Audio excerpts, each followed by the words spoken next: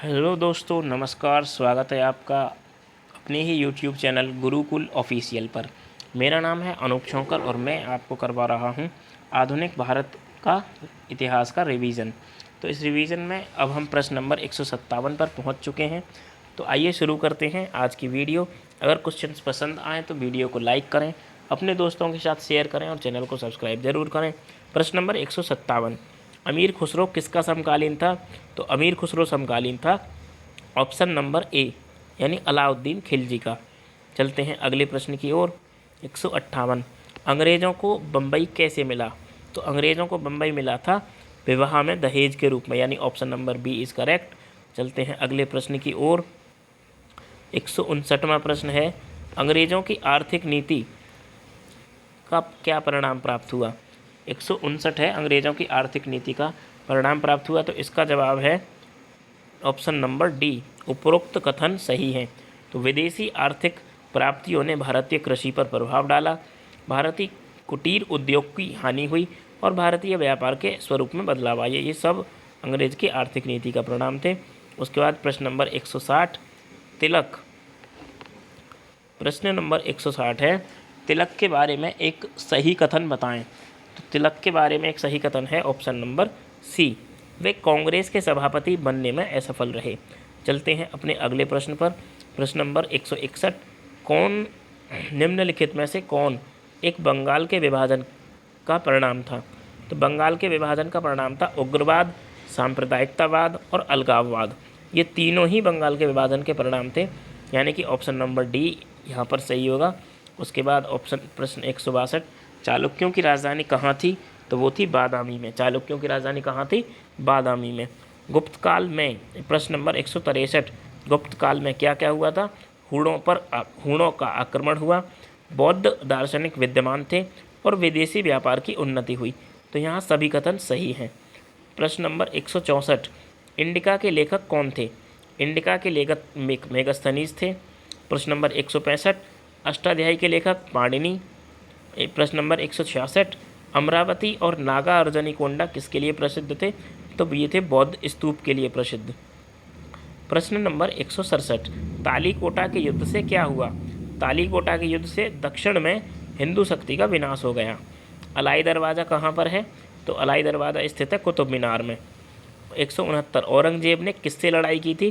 तो राजपूतों से, बुंदेलों से और मराठों से। तो औरंगजेब की लड़ाई इन सबसे हुई थी। 170वां प्रश्न है, चित्रकला को विशेष प्रोत्साहन किसने दिया? तो चित्रकला को विशेष प्रोत्साहन दिया था जहांगीर ने। प्रश्न नंबर 171, दादा भाई नेरोजी और रोमेश दत्त दोनों ही